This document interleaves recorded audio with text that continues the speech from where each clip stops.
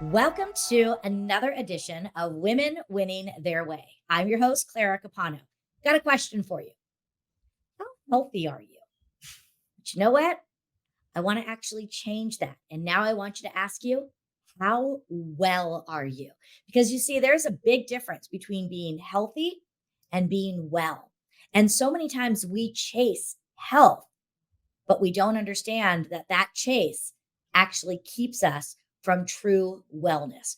Well, not to fear, because today we have an expert in this field. And we are going to bring on Lianna Nielsen, and she is an expert in the wellness field. And she has a pretty amazing story of how she followed her path and then realized she needed to pivot. And, as women in business, it's all about the pivot. We can be on one path and sometimes we need to go the other way. And remember, that's what we're talking about on this show. We are here to talk about how to create success all on our terms. So, Lianna, welcome to the stage. Thanks so much for being here. Thank you so much for having me. I'm so excited to have this conversation. Absolutely. So before we dive into your story, just give us a brief overview of kind of who you are and what you do so our followers can learn a little bit more about you. Sure. I'm an integrative nutrition, health, and wellness coach. I'm certified. I came to this sort of through my own health journey. And these days I do one-on-one coaching, which is all about there's some nutrition, but it's wellness. Like you said, we look at sleep, we look at stress, we look at, our relationship to our thoughts and ourselves. Really a really big balanced look at your connection to your body and what you specifically need. And then I run group programs for women who have complicated relationship with food and their body. Maybe it's autoimmune, maybe it's weight, maybe it's disordered eating. And I create community around healing together. I love that. And, so many of us need to focus. And I would say, if one, good thing came out of the pandemic, I think people started paying attention to it more, but I still think that there is so much more to learn. And I know, recovering at a young age, I had an eating disorder and that has always messed up my relationship, with food, and learning that, food is fuel and there's a way to still enjoy it and bring it in moderation. But again, to really get in alignment with our mental as well as our physical wellness. So I want to dive in a little bit because so many times on the show, I have the typical overachiever and that person who has that drive and goes for it. And sometimes I think we get a bad rap, but there's some good things to that. Now, as a child, you actually got a passion for acting and you follow that passion where, on some of the stories, that's the story. It's follow your heart and go for your passion. You did that. And then you realized, maybe not so much. So tell us a little bit about your journey on following your passion, but how you also came to recognize you needed to pivot. Well, it was so funny. My mom was always putting me in dance and gymnastics and all these things when I was little. And you'll watch these videos of me and I'll be on stage, but I just want to hang out. I'm like barely dancing. I love the costume. I'm just kind of a ham. Like all the other girls are doing the moves. I'm like kind of there, but I'm just like, guys, this is fun.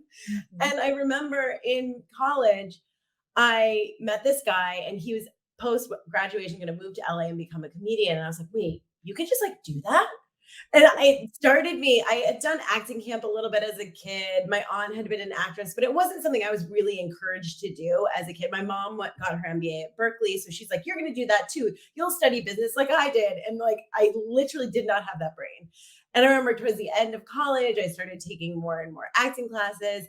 And then I moved to New York and I got a job at a hedge fund, but immediately started taking acting classes at night. And I was so in love with it. And about a year in, I sort of had to like come out to my parents and I'm like, guys, I have this thing that I love so much. And it was just the only thing I wanted to do. I could not sit at a desk. So they weren't thrilled, but what are you going to do at this point? I'm like in my 20s. And I just went for it. I went back to school. It was the most beautiful 14 years of my life. Like I really, really, there were highs and lows. I had movies that went to Sundance. I did TV, commercial, film. And it's funny because you have this idea, especially when you have these dreams so young, of what an acting career is going to be like, right? Mhm. And it's kind of a pain in the butt, right? It's a hustle, you're auditioning. Even when you get really good jobs, sometimes they're not that good. You have crazy hours. They're telling you what to say and what to do. And it was this funny thing of like, oh, I remember like doing the red carpet at Sundance and then a week later being back at my like part-time bartending job and being like, wait, this is It's more. not always as glamorous as people think it is, the road to get No, no, and it's like you see what's going on with the strike. It's like you just don't get paid as much as you think, and sometimes there's a long time in between jobs, having all these other jobs. So I was a working actor, and it's not glamorous. You are there. not unless you're like Angelina Jolie and you're up there, and it's a lot of hard work, and it was so beautiful, but it was frustrating. And as a highly sensitive person, I'm running around New York. I'm having sort of late night bartending jobs. I'm stressed. I'm auditioning all the time. And I remember reading once they talked about an audition being an equivalent to a minor car accident for your nervous system. So here I am as like a highly sensitive kid who is running around drinking too much caffeine, not getting enough sleep, getting into car accidents all week, Mhm. and my system started to break down. So my late 20s, all of a sudden I'm having fatigue issues, I'm having gut issues and allergy issues, and it starts slowly. I'm having mental health issues, depression, anxiety, and I had also suffered from an eating disorder. It started in college, and I sort of ebbed and flowed, and I really try to get a handle on it. But when you go out for modeling calls and maybe you're not the skinniest or they tell you to lose weight, like it really isn't the nicest career if you have a rough relationship with your body and food. So there was stress around that. And by time I was like 27, 28, I had all of these problems. I had fatigue issues, my intestines were bleeding, my hair was falling out, I didn't have my period. Like the list went on and on. And I was seeing all of these different doctors, and everyone's just telling me it's in your head or it's not that big of a deal or come back in a year when it gets worse. And Mhm. I just am like laid out being like, life has got to be not this hard. Like I'm not even 30. Like how do people have kids? Like what is this? Mhm. And I started doing a lot of research and reading and playing around with my diet and stress management and meditation. And all of a sudden, these small things were making really big differences. And I became so just excited about the mind body connection and how the gut affects the brain and how when you change your diet a little bit, certain things happen. And I would be on set, right, in between takes, talking to people in the green room about, well, your microbiome, and when you have vegetables, this happens, and your blood sugar. And then they're like, you have to go back to set. And I'm like, oh no, really? Yeah. Like And this really I wanna stop just for a moment, yeah, because you're really leaning into so many great concepts. You know, a lot of the people watching the show are busy professional women, and I'm hearing what you're saying is, it doesn't have to be even the acting. So many of us are running from one thing to the other, and we're doing exactly what you said. We're grabbing something over here, we're grabbing Starbucks 3 or 4 yeah, times a day, all of these things. But you made a comment and you said you started making some small changes, but started seeing some big payoffs. Can you share maybe what were some of the small things that you did? Because I think we have to remember it doesn't mean all of a sudden I have to wake up tomorrow and completely cut something out. Sometimes it's in those little tweaks that end up making the big shifts. So, what were some of the small changes that you saw impacting you? well, I did have to kind of play around with my diet for a bit, but I realized when I didn't do dairy and I didn't do much gluten, my body felt very different. My brain was very different. My digestion was really different. That affected how I felt in my body. So that affected my mental health. So literally, cutting the cheese here and there, I was like, oh, this is profound what happens when I like don't put cheese on things or I don't have milk in my coffee. Like this is crazy. And then sleep, that was a really big deal. When I Mhm. really started to regulate sleep more, that affected my cravings, affected my energy, which affected my relationship to exercise. So these little tweaks here and there, all of a sudden, like you're making these small moves like higher and higher in terms of health and wellness. And then you have more energy for the next thing. So a little bit of diet stuff, a lot of, looking at sleep, but again, just adjusting hours, making sure I got better quality sleep, and then really looking at how I dealt with stress. So starting to play around with like a few minutes of meditation, really small things like that. So, how do you, because I see so many people struggling with sleep, and again, because our, like, I even had this happen the other night. Now, I sleep pretty well, but I laid down, I was so tired. But then the brain starts going, So, what are maybe, a couple tips that, helped you to get better sleep? Well, getting off your phone earlier is really helpful because even often you can't even manage when you're getting work emails. Sometimes, you'll get all these notifications and you think you're winding down and all of a sudden you're working again or you're worried about something. So try to put your phone to bed a bit earlier is something that I really, really feel like is a big deal for all of my clients. I'm a big fan of magnesium glycinate. Mm, Most people who are running on empty, magnesium is something that's incredibly important in the body. You can get it over the counter. Glycinate is the best for sleep. If you're at all stressed or have been chronically stressed for a while, it really helps quality of sleep. So that's it. That's a nice hack, especially if you're someone who has been leaning on melatonin or sleeping pills. That's actually healthier in terms of quality. mhm. And then I think meditation is one of the most. Whenever I do an interview, whenever I write an article, people are like, "What's the one thing?" And I'm like, "Meditate, meditate, meditate," because you start to, instead of like going into those anxiety spirals, you start to train your brain in a way where you notice that happening and you can choose a different way of thinking and feeling. And you can start, I always tell, because no one likes it. Everyone's like, "I'm the only person that can't do it. I'm bad at it. I hate it." You and everyone else. You and everyone else. So I tell people in Mhm. the beginning, 3 to 5 minutes, find someone's voice that you like, do it laying down in bed, and just try to pay attention for the 3 to 5 minutes. Mhm. That's it. And Yeah. the interesting thing is what you're doing over time is you're kind of, it's almost like lifting weights in your brain where you're focusing and focusing and focusing. And you're able to choose thoughts a little bit better and notice when you're spiraling and getting anxious and ruminating and being like, whoa, whoa, whoa, wait, this is not helping me fall asleep. Mhm. And there are amazing meditations for sleep and breathing, and a beautiful thing a lot of my clients do are body scans. So taking deep breaths and just really thinking about like relaxing all the parts of your body all the Mhm. way down. So just taking a couple minutes to do that, or another really beautiful thing is like a hot shower or a bath. Okay. Something where you're just thinking about like washing the day off, taking a few deep breaths and kind of like resetting. Because I think Yeah. it's really hard to put like work and social life away, especially when you take your phone to bed. Definitely. And, I started because I was one of those people that were like, oh, it doesn't work for me. And like you said, a few minutes. And now what I've done is I have found, some of those people. Headspace has some great things. Fit On, which is an exercise app. They have some free meditations, even just YouTube.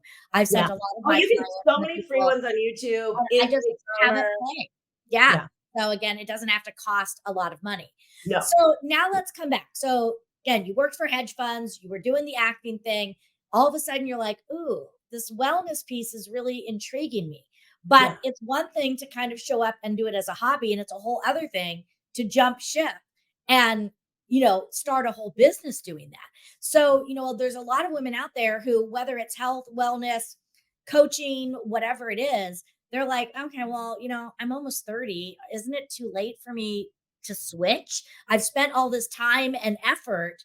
Can I just, chalk it up and go forward? So, talk to me a little bit about how you went through the mental as well as the physical aspect of transitioning from one career, because it wasn't a company, it was completely different careers. Yes. Yeah. So while I was still doing, it was like I was doing a million things. I was still acting, so I was getting work there, but that's sort of intermittent, right? I've had a ton of part-time jobs from bartending to working at startups. So I was doing a lot of that kind of thing. But I was so passionate. And I think that sometimes it seems almost like magical, right? When you're really, really passionate about something, you're meant to do it, things align in certain ways. And I Mhm. remember, a couple years into my healing journey where I'm reading everything I can read. I talked to this nurse practitioner. I was like, oh, I think you'd be a really good candidate for this one nutrition program. And I remember I ran into another girl who had gone there and loved it. And then I did a call with them and it was great. And then the craziest thing happened. I booked a commercial that was for the exact same amount of money as the tuition. And I was like, okay, I guess this is a sign. And it was good. It was like mostly online. So it was a part time program. So I did that for a couple of years. And then they have you coaching for free before you're even done. So then Okay. I was out in my community just offering for free. And I think in the beginning, when you are starting a new thing, if it's creative, if you can, like really try to put yourself out there and give, give, give, give, give. So by Mhm. the time I had graduated, I had a little bit of a reputation in my community already in New York for this stuff. And because I loved it so much, I just wanted to do it all the time. And I remember I was helping just assist at this. It was this big Broadway producer was doing a writing workshop. And there's probably 40 people in the room. And they were all doing writing projects, and it was like a part-time job. So I'm helping like run this workshop. And in the morning, I was journaling and journaling. And I just one day I came up with this like 12-week course for acting because I was still acting. So I was like, this really is going to help creative people. It's really good for like productivity and all those things, which honestly, it's the basis of what I do now, like 10 years later, which is so wild. But it was this idea of like how we treat our bodies affects how we show up in every area of our life. And as actors, right? Like how you think and feel in your body is especially important, but anything you do, even like being a mom, that's incredibly important. So I'd outlined this thing. I was facilitating this class. And at the end of like the 5 weeks or something, the director was like, made everyone go around the room and share. And I had been doing writing exercises in the downtime. And she goes to me and she's like, what have you been doing? And I was like, oh, it's not the same because they're all doing screenplays, right? So she's like, no, share. So I share this 12-week program with a bunch of writers and actors. And she looks around the room and she's like, who would take this class? And everyone was like, and I was like, oh no. And she was so cute. She was like, you need to pitch this class to the woman who owns the studio. She's like, I'm going to make you. So I did. And the woman was like, 12 weeks. I don't know about that, but I'll give you a 2-hour workshop. So from that 2-hour workshop, there's one person in that workshop was like, I need to introduce you to the head of this acting school. He's going to like die for you. So I had a meeting with this guy and he was like, loved my story, loved what I was doing. And was like, do you by chance, if I were to give you a class, know what you would teach? And I was like, I actually do. I have a 12-week program. And it was just one of those things where, again, it was part-time early on. So for a while I did both. And I got a lot I would guest lecture at NYU sometimes in their like vocal performance. I was asked to speak and I would just word of mouth started to grow into both careers for a long time. Yeah. And then the pandemic hit. And it was The good old pandemic. yeah. And it was so interesting because my business I was putting a lot into it, but I didn't even feel like I was. It was almost like I loved it so much. I was like a release. And acting was feeling such a grind because you're running around all day, you're getting up at crazy hours, you're getting disappointed a lot. So I didn't even realize how much I was getting burnt out on acting and how much I really just fell in love with helping empower and helping women heal and empower, right? And working with men too, but like the group stuff, it was just so exciting. And it was so interesting because with the pandemic, all production stopped, right? You think about like big sets, there's so many people, there's nothing. And it was the first time in 14 years where I wasn't auditioning. There was just nothing. It was silence. And I was like, whoa, I did not realize how much I needed this break. Cause like, especially living in New York for a long time, it's like hustle, hustle, hustle. And then we were having such a global mental and physical health crisis that basically anyone who had ever been a student or a client all of a sudden was reaching out to me. And I no one had money, like, and so I was doing a lot of stuff pro bono. I really cut my prices, and I was just like, we're all at home. Like, how can I give back? Like, this is such a scary time. So it was the first time in my life that it just felt like fate intervened. But it was the first time in my life that like I wasn't acting at all, didn't miss it for a second, which was shocking to me because it was my childhood dream. And then all of a sudden I have a full roster of clients and I'm just getting to help all day. And I was like, whoa. And I had an existential crisis. I actually had to work with a therapist at one point because I like took a break from my agent, my manager. I told everyone like, I'm not comfortable in COVID, and a lot of actors were doing that. And I was like, I think I never want to go back. And then I remember like 6 or 8 months, I like talked to a therapist because I was having a lot of like identity issues and ego, and I was afraid. And you work really, really hard to establish yourself. It's hard. And it really helps me admit to myself, because I think it's really, really hard when you have this one idea, this self-concept that is so strong. You're like, this is who I am. And I fought so hard for it. What are people going to think? They're going to think I'm a failure. You know what I mean? I'm in my mid-30s. This is so bad. Yeah. And truly, he helped me let go and see that I had had a great career and I didn't love it anymore. And I love this other thing so much. And the thing is, I help people because like, I loved what you said in the beginning where you're like the difference between health and wellness, because wellness is about balance and food is just one small part of it. And so many people who come to me initially and we get to a month in, it's like, the reason I'm eating this way, overeating, undereating, drinking too much, whatever it is that's causing me to feel poorly in my body, is because I don't like my job or I don't like my partner or whatever it is. Yeah. And when I coach them into these new careers. It's so interesting when they're aligned and they're doing stuff they really love. it's not just me that the weird opportunities show up. Think, do you, I mean, you do this a lot, and I'm sure you have this I experience. was gonna say, yeah, I mean, this is so huge. And there's two things I really want to dive into before we go any further. The first thing is I want to back up for a moment because one of the things that you brought up is that when you started doing this, you did a lot for free Yeah. because you wanted to build your name and get your experience. It's so interesting because when you wanted to start acting, you went to school. And Yes. school is a training ground where we learn this. And I think sometimes, we go into business and we think it's just going to happen like that. And we forget we've got No. to do our training ground too. Yeah. Well, I love what you were saying because that's what I did too. I Yeah. did a lot of free trainings, a lot of lunch and learns. Even now, I do a lot of free content, even for the clients that I work with. Can I come in and speak to your group? Because you want to be able to give back and again, highlight. So I think that was just, it's not really a question. I just wanted to really bring that awareness in that we Yeah. have to remember sometimes we have to give before we can give. I think you always have to give. Always, Mhm. even at this level, Oh, whenever I feel stagnant, I think about, and I feel like I don't have enough business coming in, I think about how can I give back more? yep, Whenever I'm stuck, I give, I give, I give. exactly. Obviously, not over giving and with capacity. I think it's important to charge what you're worth. Right. But whenever I can give to people who can't afford it or underprivileged or do something, Or just it's answer always a gets the question. energy moving. Yeah. Yeah, I mean, so many times I'll reach out to someone and say, "Oh, hey, I know you're doing this. Can I ask you a couple questions?" And I almost always get, "Well, I've got this program that you can sign up for." And I'm like, "Can you just answer my question?" And so I'm I always like, "Listen, if we can have a 10-minute conversation, I'm not going to charge you anything. If it turns into something more, we'll cross that bridge when we come to it." But again, it feels good. I And then agree. I will talk to anyone for 20 minutes. I yeah, say that.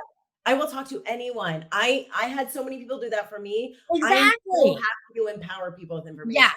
And then I want to go back because I think you hit on something really big, and I'm not even sure if you know it, but you talked about this internal dialogue that you had of, I put so much time and effort. Oh, am I going to disappoint people? Are they going to think I'm a failure? Are they going to think I'm just giving up? And I have so many women that I've, talked with and worked with that were doctors, attorneys in engineering or whatever. And they're like, what are my parents going to think? What is my family going to think? And, so talk with me a little bit if you don't mind, because I know that you said you went through therapy, so you don't need to go in super in depth. But what were some of the things that helped you, get over that sort of fear of disappointing others? Because you made that comment of it wasn't bringing you joy. Yeah, and that was a really hard pill to swallow because I think, it's so interesting. We have these ideas, right, about what we want and who we are, and we develop them often when we're quite young. Mhm. And it's so interesting. Sometimes we just cling on to them so tightly, and we're going to grow and have all these experiences, but we're clinging so tightly to this idea that we came up when we were like 13. And Yeah. I just was so laser focused, which, in a lot of careers you have to be. So it was really interesting to have this. It was like my head and my heart were at odds. And my head was like, no, no, no, we decided this. We decided this. This is what you do. And my heart was like, no, no, this is not doing it for me anymore. And it was, and there's a lot, especially as an actor, it's like it's one of the weirdest careers because everyone's like, well, what's your backup plan? And like, no one makes it. And, there's a lot of that Mhm. stuff. So you have to like almost dig deeper and be like, no, I'm going to be the one. Right. Because if I don't do it, you're all going to be like, I told you so. And you're all going to think I failed. And it was so interesting. The biggest gift I got from working with a therapist was he was like, let's go through your actual career and let's objectively look at what happened. And it was like, I did do movies. I did do TV. I did do commercials. I did do plays. I did, like I did the things that if you were to look and be like, what does an actor do? That's like a professional working actor. What's success? Mhm. It's that. Did I become famous and win an Oscar? No. That is so few actors. And I think you have these lofty ideas, but it was really also the realization of like, I'm doing the career. I got it. It's not what I thought it would be. After a while, it's kind of a bummer. And really having to let go of my Mhm. self concept, my ego, and also zoom out and be like, I did it. I did it. I got the information I needed from doing it. Mhm. Am I going to listen to me? and like my heart and what makes me happy, or I'm going to put more stock into what other people think Mhm. when I'm the only one having this experience. Exactly. And I always try to remind people again, whether it's a career or a relationship, you know, back in the day, people were only living Yeah. until 50. Yeah. So when they had a career or a marriage or whatever for 10 or 15 years, that was it. Yeah. But again, we don't have to feel bad because after 15 years, we want to try something new. That's okay. Like you said, I did it. And now let's try something else. And I'm just seeing, so many women, having that second career or pivoting and doing something different because they did do it. And again, now it's sort of, it's my time. And Yeah. I'm at that place now because my son is grown. He's going off to college. So again, I'm having this resurgence of, I can live anywhere and, doing these things and really recreating it. Going back though, you had mentioned some of the health issues you were having. I remember for me that day where I was driving to work and I said to myself, "Gosh, if I just got into an accident, maybe I would have to go to the hospital for a couple of days and nobody would bug me so I could actually sleep." Now, there were probably some signs before that. I know that everybody is different, but could you like maybe even say, are there a couple signs that maybe we need to start paying attention to Yeah. know that, hey, you need to call a timeout and maybe start researching a little bit because something needs to change? Yeah. Well, I've kind of two parts to that. I know what you mean. I had that moment. I remember I had booked probably the biggest commercial I'd ever. I was the star. The set was huge. It was a lot of money. There are lights everywhere. It was so funny. One of the camera guys was like I hadn't run into for years, and he's like, "What are you doing here?" I'm like, "Oh, I'm the big star here." And he was like, "What? Oh my god, congratulations!" And the whole time it was fun, and I was like, "Oh, is it time to go home yet?" And I was like, "Oh no, oh." This is Mm. the thing that we love. This is like the dream you go after. I need to know. So when you start to realize like even the best parts of the thing that you used to look forward to and like, and you're like, is this done yet? Like, any sort of stagnation where it's not letting you up anymore and you're starting to drag your feet. That's a very early well, or late. It's a good indication that you're not happy. But then it's interesting too because we'll get more physical signs, right? Where, often I get a lot of people who are bored at work who gain weight because they're bored. So they're like, okay, how can I get away from my desk and like go get a Starbucks or I need a cookie or you know what I mean? I'm doing anything to get away from what I'm doing. And when you start just feeling the dread, right? Like Mhm. I believe we all have stuff that we can do that lights us up. And it doesn't necessarily have your job doesn't have to be the most amazing thing ever. But when you have a pit in your stomach and every day you're like, oh, you know what I mean? Where it's like, this is the thing I have to be doing. And you're not at least neutral a lot of the time, that is a very early sign that like something needs to change. And maybe it doesn't have to be the whole profession, right? You know what I mean? And when I work with people a lot, we get to the bottom of this, it's like, what are the things I always am I'm big on lists. I'm like, what are the parts of your job that you really like? And maybe it's just the community or showing up or you like the office or whatever it is. I'm like, what are the no's? What are the things you hate? And looking at that and starting to be like, how can I get more yeses or do more of these things that light me up? And then start to look around in my life. And I had this amazing, I ended up training. After I did nutrition training, I ended up working really closely with this leadership and development coach because I found out in my late 20s, I'm coaching like middle-aged men into new careers because that's why they were Mhm. gaining weight and stuff. So here I am working with this woman, and she said something that was really profound. She was like, what's the thing that you can't help doing all the time? And Mm. she and it was like, "Oh, I love deeply connecting to people. I love storytelling. I love making people feel good. I'm really good at feedback. I'm a really good listener." And I remember when I first started to work with her, I had still both. I had but I was still really clinging to acting. And she said something else that was so brilliant. She was like, how do you define success? And I just had this I'm like, I want to be on like essentially like Friends. Like I want to be on a Mhm. comedic show with an ensemble cast on like a Netflix or these are and that's the only way I'll be happy.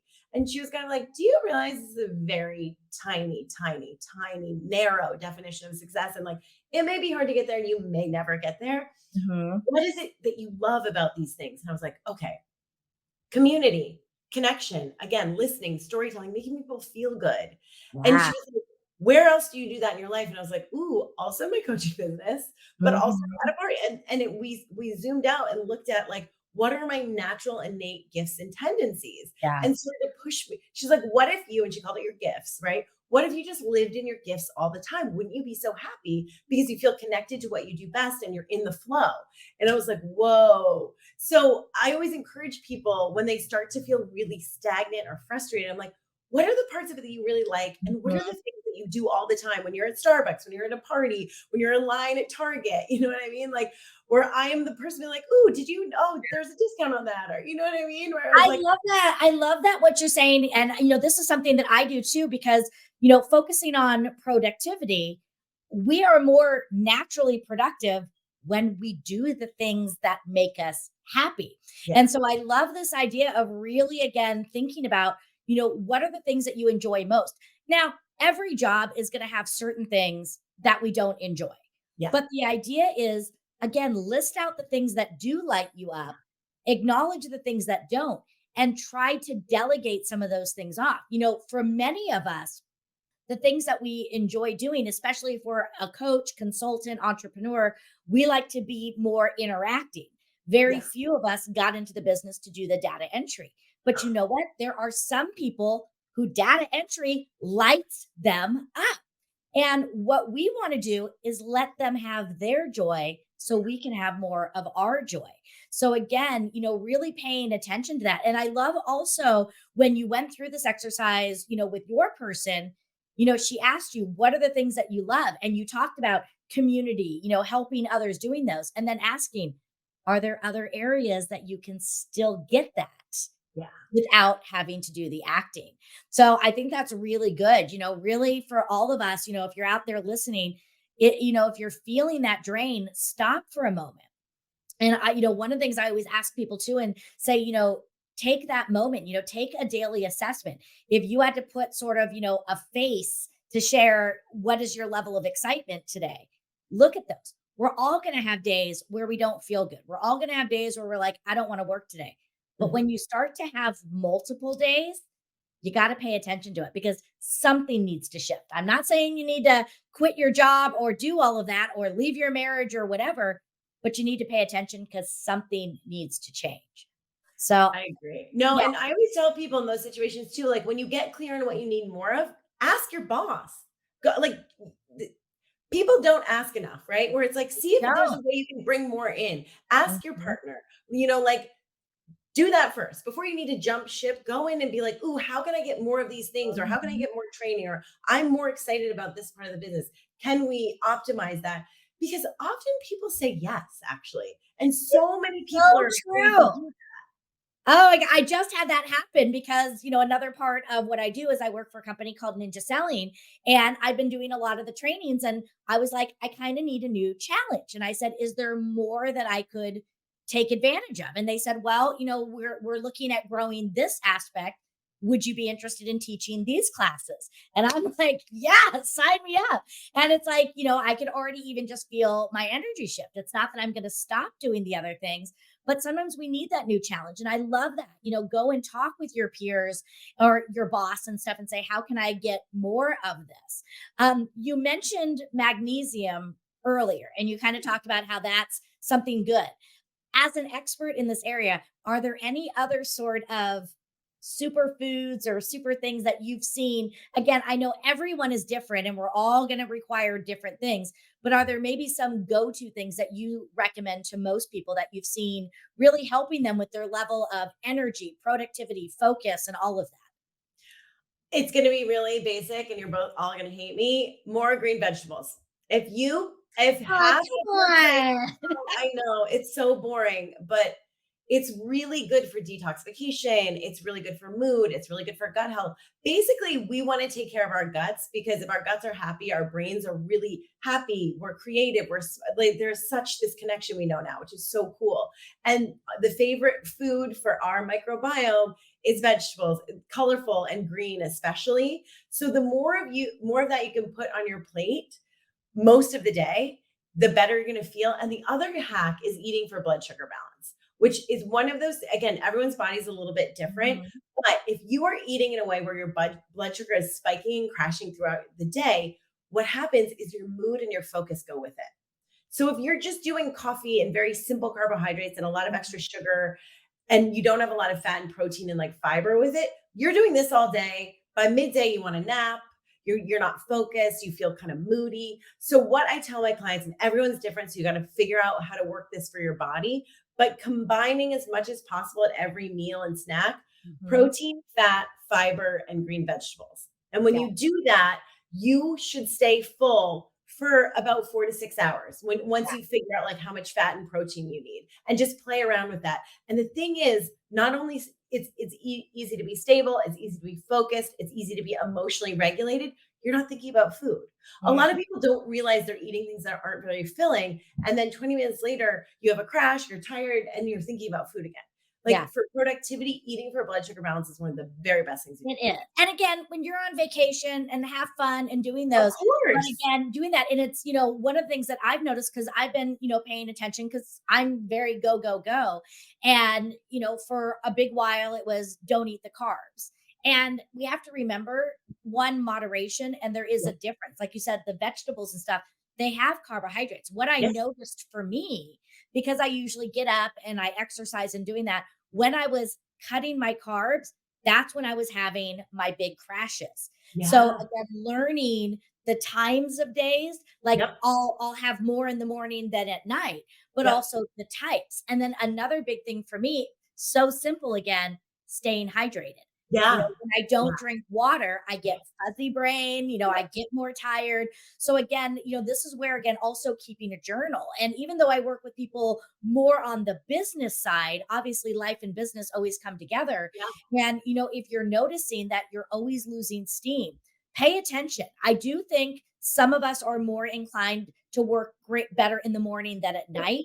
But Yep. again, that's different than your energy levels and Yep. paying attention to those. Because sometimes it'll get to be around 11:30 or noon, and I'm kind of like, oh, I'm tired. And I'm like, oh, yeah, but I was also up at 5 a.m. So I've already put in an entire day. So it's okay if I go and take an hour and a half break, Yeah. So but you've got to track these and measure them and start to do it. And, it's so interesting that we're doing this. Yeah, So, carbs are not the enemy. I just want to always say that. They yeah. really aren't. Naked carbs alone can sometimes cause problems depending on your metabolism, but carbs are never the enemy. You have to figure out. And what you said is really important. Everyone's incredibly different. So it's your job you can't listen to other people. You can try things, but see how you feel. And whenever I Mhm. start to work with people, I tell people, okay, we're going to play around with things like diet, but I want you, when you're playing around with your diet, not only looking at like, how you physically feel afterwards, but like how you're sleeping, what's your skin, what's your energy level like, what's your mood like, Mhm. where is there clarity and creativity? Start paying attention to all of those things because every choice you make, whether it's food, exercise, some people need to nap in the day, some people don't, some people morning. Just figure out what works. You're the only one who knows. Only one. You're the expert. You Yeah. have to listen to your And body. and I think that's really huge going back to, defining success on your terms, because Yeah. that's something you brought up early on is you were seeking out answers. You were Yes. like, I need help with this. You were Yes. doing the right things, but everyone kind of kept shutting you down. And what a lot of people do is that's when they go to the quick fixes. But Yeah. you didn't do that. You forged ahead and you said, I know there's something different. And I think that's again a true champion is whether it's searching for a new career, doing something, you knew there was something wrong. Yeah. You knew there was something that didn't work, and you kept going and forging through to find a solution that would work for you. Yeah, it was interesting too, because looking back, I was like in my 20s, I was like, how did I have the guts really to do that? Right. But Mhm. like when you know, and I think the biggest part of the work I do with people is really empowering them to listen to that. Like, you actually do know best. And when you can be brave enough to sit and be quiet and really check in, which is why, again, I love meditation, bring it full circle, right? When you can spend a little bit of time every day checking in with like how I feel, does this feel good? What's coming up for me? And trust that you know what's best, especially if you're taking care of yourself. Absolutely. So, speaking of, again, forging our own path, creating success on our terms, sometimes we also have to have a little courage. And one of the things that you've done is part of you defining success on your term was actually moving. So, tell us a little bit about where you're living right now and how you brought that into part of your world. Sure, that's a very fun story. So I live in Lisbon, Portugal right now since February. And again, it was one of those funny things that one thing led to another, right? Where as an actress, in my brain, you could only live in New York or LA. So I lived in New York for 14 years. I moved to Los Angeles, then the pandemic hit, and I was there and I was like, wait a minute, this makes no sense. Because it was the summer. I grew up in Maine. My parents have a house in Maine. Like we were all kind of like, what are we doing? So I ended up on the wrong side of 35 living with my parents for a little while, which it was like an interesting moment because it was at the same time where I'm like, am I giving up acting? Like what happened? I just got divorced. So I was like, this is like a hard reboot for my life. And it was actually really, really wonderful. And like I did not ever expect to spend that much time with my parents in my 30s. It was like a really beautiful gift. But during that time, I had reconnected with this boyfriend that I dated in my early 20s in New York, who is English. And he, over the months we started talking. He's like, do you want to come stay with me? So it ended up kind of taking a crazy leap of faith during the pandemic and like moving to England. We ended up living in London. I was there for 2 years and I just completely fell in love with it. And we broke up. It was a very beautiful, but very like pandemic-y relationship. Mhm. And when everything opened up again, it was sort of like, oh, our lives are different, very different when you involve everything else. And so I was planning to go back to LA, but I had changed and grown so much. And living in the UK and traveling a little bit in Europe, it was like, whoa, there's a really big world out there. And I'm someone who really loves to explore and learn new things and have new experiences. Going back to the US seemed really stagnant. I remember I flew back and I just immediately, and again, makes no sense, right? Here I am, telling you to listen to yourself. I got back and I was like, I just don't want to be here and I don't know why. Yeah. But then I didn't know where I wanted to live. And I was kind of panicked and I was like, whoa, what's happening? Like, this is so crazy. And I had spent a couple weeks in Paris right before I came back because when you live in London, you can take the train there. It's very convenient. And I was like, well, if I'm not going to be living over here anymore, and Paris is one of my favorite cities, I'm just going to, go. So the best sort of closing out of that 2 years in Paris, had the loveliest time, flew back to the East Coast and was like, open a vein. I do not want to be here. I don't know where I want to live. Like I'm Mhm. single. I can live anywhere. And I just remember, and then weirdly enough, as life would have it, I started getting really allergic to the mold at my parents' house. And I was going to stay there for the summer. So I like couldn't even be there. So all of a sudden it was like pushing me out. And I just was like in sort of a panic. I was like, if I needed to spend money on rent anywhere in the world, if I could work remotely, what would be fun to me? And I was like, Paris. So I literally that night got on Airbnb, looked for long-term stays, and I found one apartment in the neighborhood I wanted, the exact price range I was looking for the dates I wanted. And the woman had lived near me in New York, I found out. Mm. I found out afterwards. Like she'd owned this apartment. So it was really wild. So it just sort of felt like one of those moments. And I had never really, I'd been in relationships a lot. I hadn't really traveled alone, lived abroad alone. So I was like kind of terrified. Mhm. So I essentially booked this Airbnb for 2 months and was like, okay, well, I'm just gonna have 2 months in Paris and like try to get some clarity on what I want and figure it out. And it was like, I was grieving this breakup. It was like this very like eat, pray, love, sad girl moment in Paris, drinking wine, but also like delightful. And by the end of the 2 months, I had made some friends. There were some expats. I had some connections. So I was like, I guess I'll live here. Like, I don't know. Like, it didn't feel totally like the right thing, but I was like, I don't know. I guess I live in Paris now. And Oh, I love it. I was trying to extend my lease and I couldn't because the apartment was booked. And I had a gap because one of my best friends was getting married in Tuscany and I had a month. And I remember my dad being like, don't come back here. Like, go travel more, go somewhere else. And two of my friends who had been in Portugal recently, and one was from the UK and was going to buy land here. And he kept being like, go, go, go. It's so amazing. And I remember I was kind of like, by then I was like a little braver. I was like, oh, I did 2 months in Paris. I can travel by myself. Like I'm apparently a grown up. Who knew? And so I get to Lisbon and I didn't even like my Airbnb. And I remember I stepped out in the street to go find dinner and it was like electric. I was like, wait, I really love this place. There are elements of Brooklyn where I used to live. There are elements of Los Angeles. There's like a big expat community. And I had one contact. And within a weekend, I met all of these other people who had moved from places like Canada and the UK and all over Europe, who are in wellness, who are open and really inviting. And I kept coming in and out of Lisbon and making all these new friends. And it was so interesting because at the end of it, I was like, am I moving to Portugal?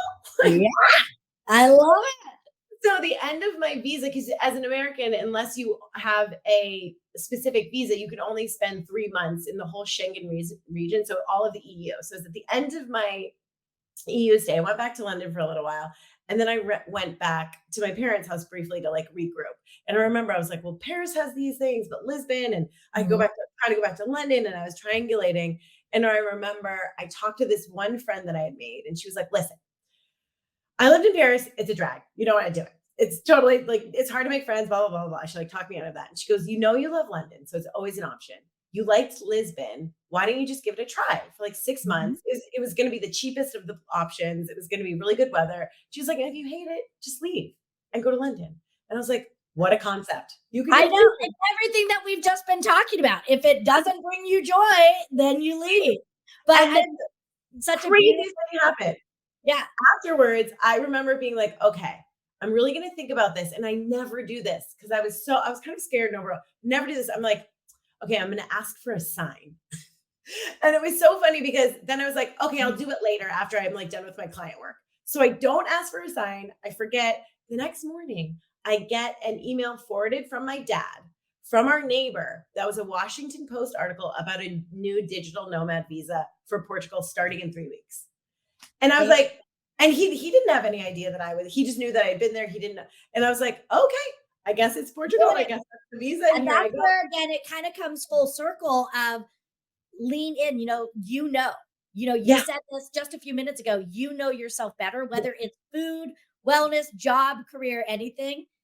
Listen to yourself. So I just think that is beautiful. And I know that our talk today is really going to inspire, all people, not just the women, to again go for it, to Yes. really again trust their intuition.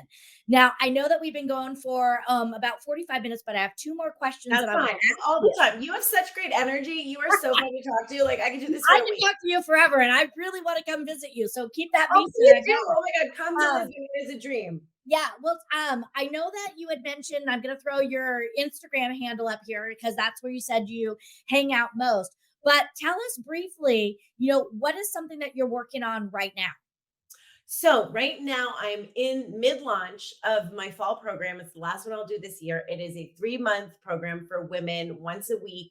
You get group calls, there's some one-on-ones, and it's focused on healing and optimization, basically the mind body connection. So the first month, we really look at the body, we look at really individualized nutrition. I give you the latest in science. We look at blood sugar, we look at hormones, we look at gut health to get you optimized. And then the second month, your brain is sharp as all hell. It's very exciting. And then you get really present to where your limiting beliefs are, where you're getting in your own way, what you're afraid of, where you're playing small. And we start to unpack and reprogram stuff. So I bring in some neuroscience and some mindfulness. And by the end of the third month, you have all of these great new habits. And it's exactly what we talked about earlier. Because people are like, how much time commitment is this? And I'm like, it's actually not much. We're just making small incremental changes Yeah. in your life in areas you already eat, you already sleep, you already move your body, but we Mhm. find out what's the best for you. And really at the end of it, I get you very deeply connected to what we've been talking about this whole time is your innate knowing, right? That calling that your soul has that, you might be afraid of. And, talking about the Portugal thing, like I was terrified and excited, like equal parts. And a lot of what I get people to do by the end of it is get really clear on what they want, what they love, what they want to be doing. And then giving them the courage to step through that fear because everything you want always, I see this time and time again with my own life, with all my clients, is on the other side of that fear. So Oh really yeah. taking people to that. It is really beautiful. It ends up being a really beautiful community. I have women who are now best friends that like fly across the US. I've met some of my clients here. They've come over, and it's this really big, beautiful community around really love and acceptance, optimization, healing, really learning to listen and love your body so you can create a life that you really love. Oh my God, that's so amazing. I love that. What a true gift. And again, it's just about living with intention, and that's something that I speak on too, is again, when you live with intention, everything else starts to move and groove the way it is. So, we talked a little bit in the beginning about, getting our vision together, growing up, doing the right things and all of those. Where you're sitting today, looking at your life now with all the things that you've learned, how do you define success for yourself today? Oh, wow, that makes me wanna cry because when you just said that, because I, like, thought about me even 5 years ago and where I am now, I feel just really proud of myself because I think success is the ability to live authentically as you.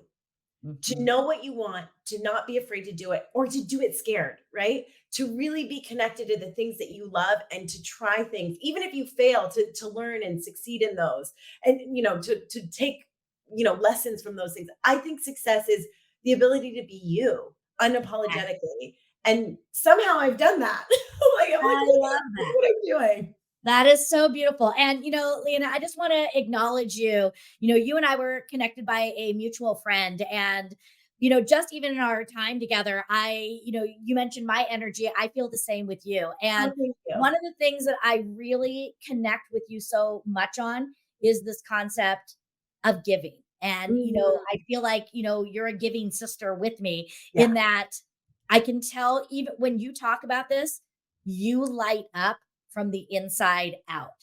And I truly believe that you have found your purpose. And I just want to acknowledge you so much because you really are here to do nothing more than make the world a better place by tapping people in to who they truly are. And you're not here to take anything. And it's rare that you find someone who genuinely is coming from that place where they want nothing more than to help others. yeah. So thank you so much for what you're doing. And for those of you that are watching, please make sure to reach out and follow Lianna. If you can take her program, what a tremendous gift to end the year and start your next year on a journey to unleash yourself. And again, do it unapologetically and to do it all on your terms. And that's what we talk about here. We are talking about women winning their way, where it is all about creating success your way and on your terms. I'm Clara Capano. Thanks for watching. Take 30 seconds to like, follow, subscribe, and make sure that you are sharing these episodes with other women so that we can create true impact on a global level. Until next time, have a great day.